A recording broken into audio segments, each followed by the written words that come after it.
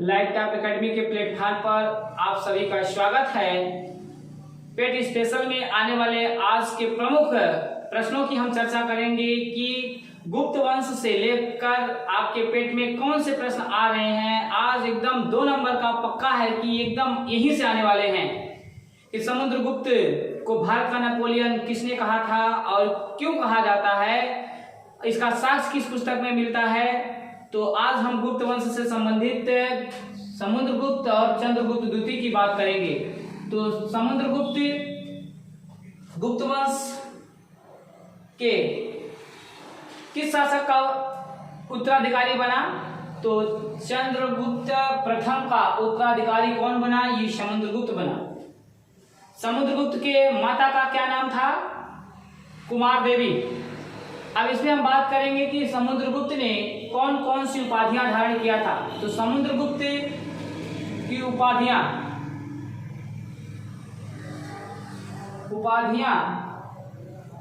समुद्रगुप्त कविराज की उपाधि धारण किया था। किसकी उपाधि, कविराज। कविराज की उपाधि धारण किया था। क्यों कविराज की उपाधि से धारण किया था, क्योंकि कहा जाता है कि जो समुद्रगुप्त ने सिक्के चलाए थे उन सिक्के पर इसकी बीड़ा बजाती हुई प्रतिमा का चित्र का अंकन किया गया था, इसीलिए इसको क्या कविराज कहा गया था। और इसको कौन सी उपाधि दी गई थी, अश्वमेध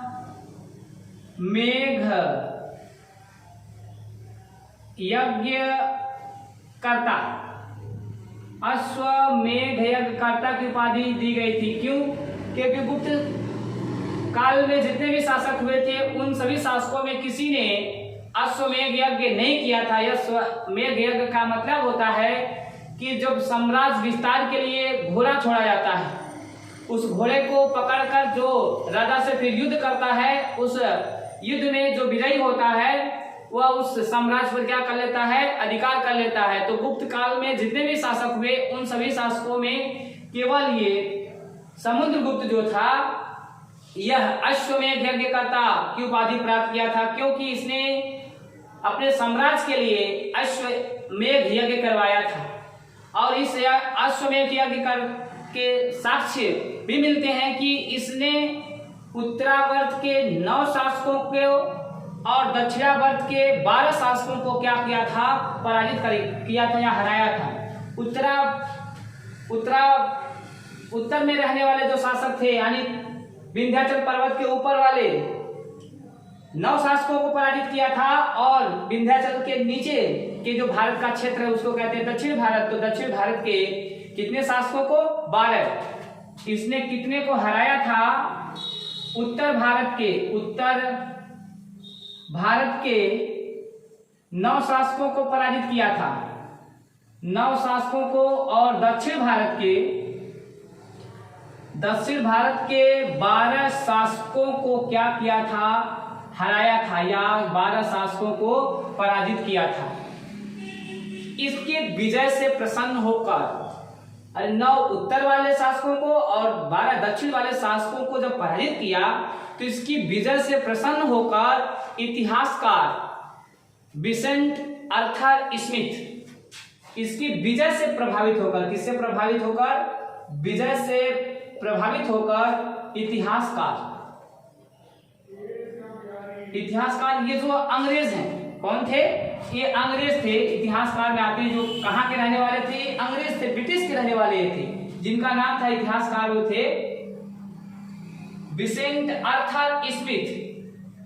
विसेंट आर्थर स्मिथ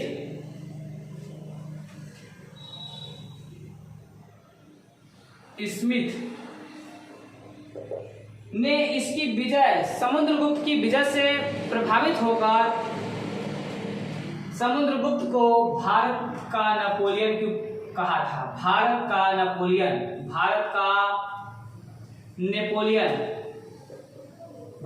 नेपोलियन ये बहुत इंपॉर्टेंट प्रश्न है कि भारत का नेपोलियन गुप्त वंश के किस शासक को कहा जाता है, समुद्रगुप्त को कहा जाता है।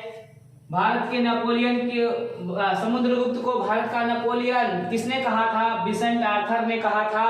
और ये अपनी किस पुस्तक में कहा था? तो विसेंट आर्थर स्मिथ ने अपनी पुस्तक अर्ली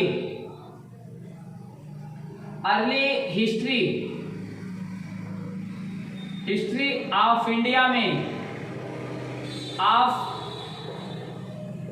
में ये बात कहा था कि समुद्रगुप्त को भारत का नेपोलियन कहा था। अब इसमें समुद्रगुप्त में बहुत इंपॉर्टेंट प्रश्न पूछा जाता है। जैसे समुद्रगुप्त को भारत का नेपोलियन कहा जाता, वैसे ही बहुत इंपॉर्टेंट प्रश्न बनता है कि इसके दरबारी कौन थे? समुद्रगुप्त के दरबारी कौन थे? तो दरबारी हरिसेन थे। कौन थे? हरिसेन ने कौन सी पुस्तक लिखी थी? प्रयाग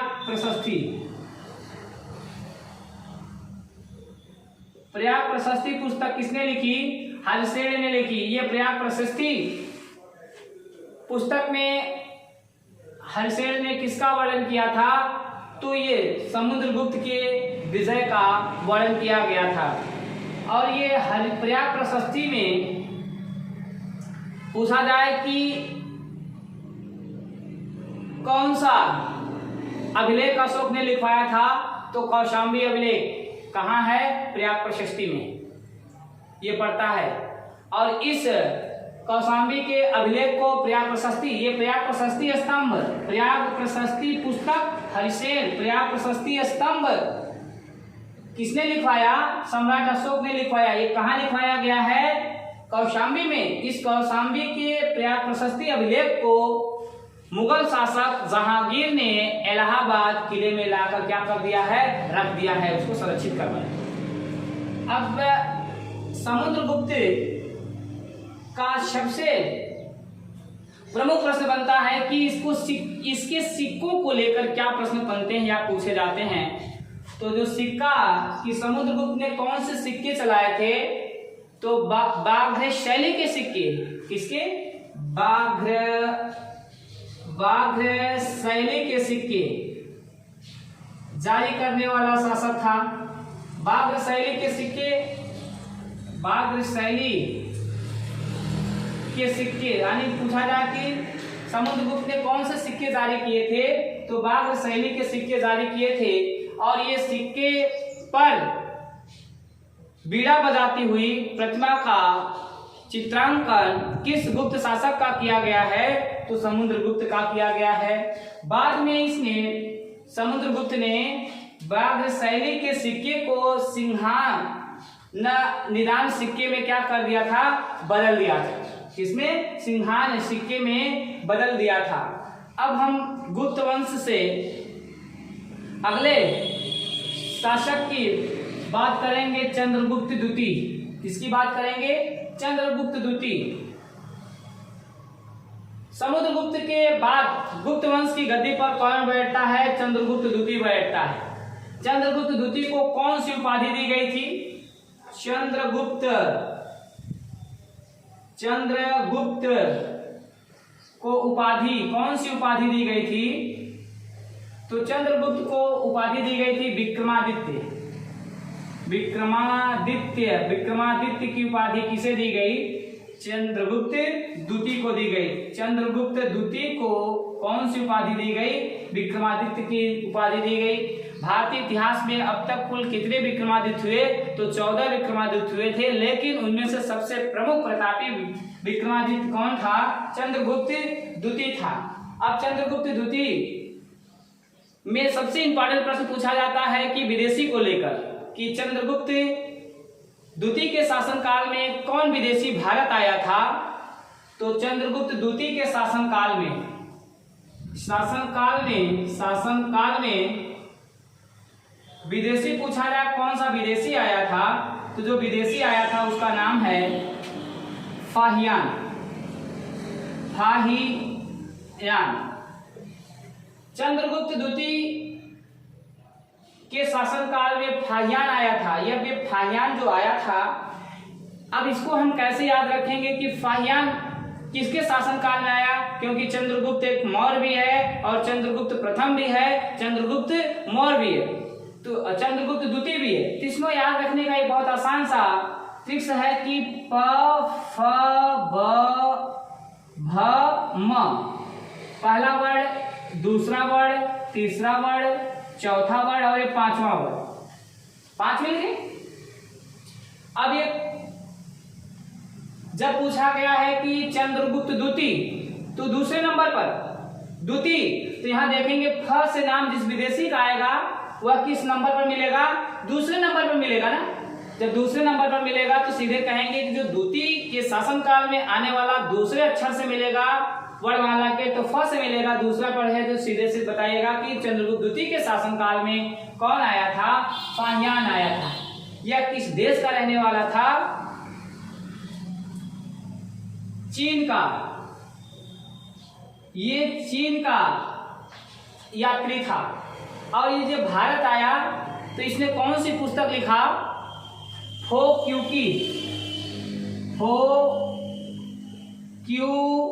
की पुस्तक किसने लिखा? फाहियान ने लिखा।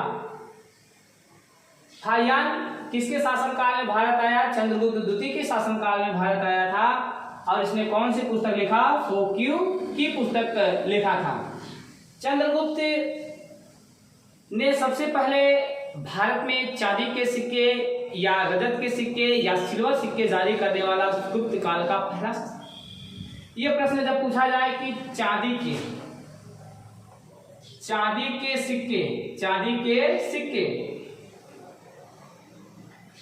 सिक्के या रजत सिक्के या सिल्वर सिक्के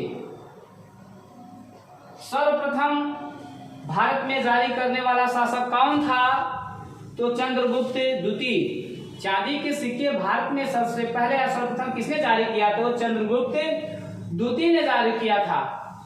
और ये चांदी के सिक्के चंद्रगुप्त द्वितीय ने किसके उपलब्धि में जारी किया था? तो जब चंद्रगुप्त ने शकों को पराजित कर दिया था। किसको पराजित किया था? शकों को पराजित किया।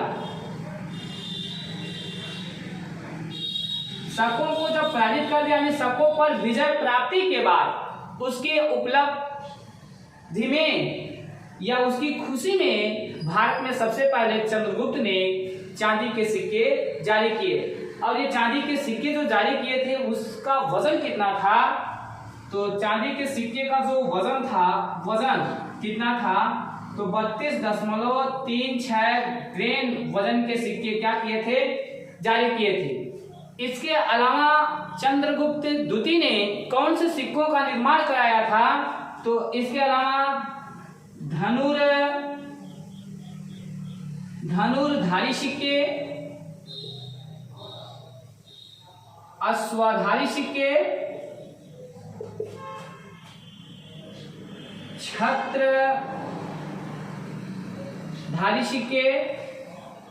छत्रधारी सिक्के और ध्वजाधारी सिक्के।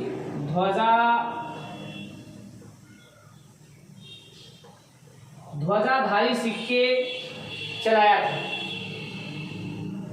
चंद्रगुप्त द्वितीय ने कौन कौन से सिक्के का निर्माण कराया था? तो धनुर्धारी सिक्के, अश्वधारी सिक्के, छत्रधारी सिक्के और ध्वजाधारी सिक्कों का क्या किया था? निर्माण कराया था। चंद्रगुप्त द्वितीय के दरबार में जो दरबारी कवि आते थे उनको नवरत्न कहा जाता था। क्या कहा जाता था? नवरत्न कहा जाता था। इन नवरत्न कवियों में कौन कौन से कवि थे? तो जिसमें आता है कालिदास,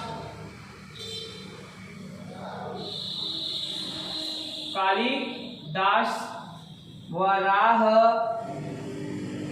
मिहिर,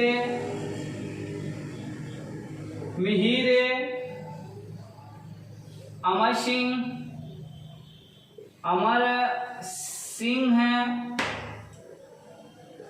शंकु, छप डंक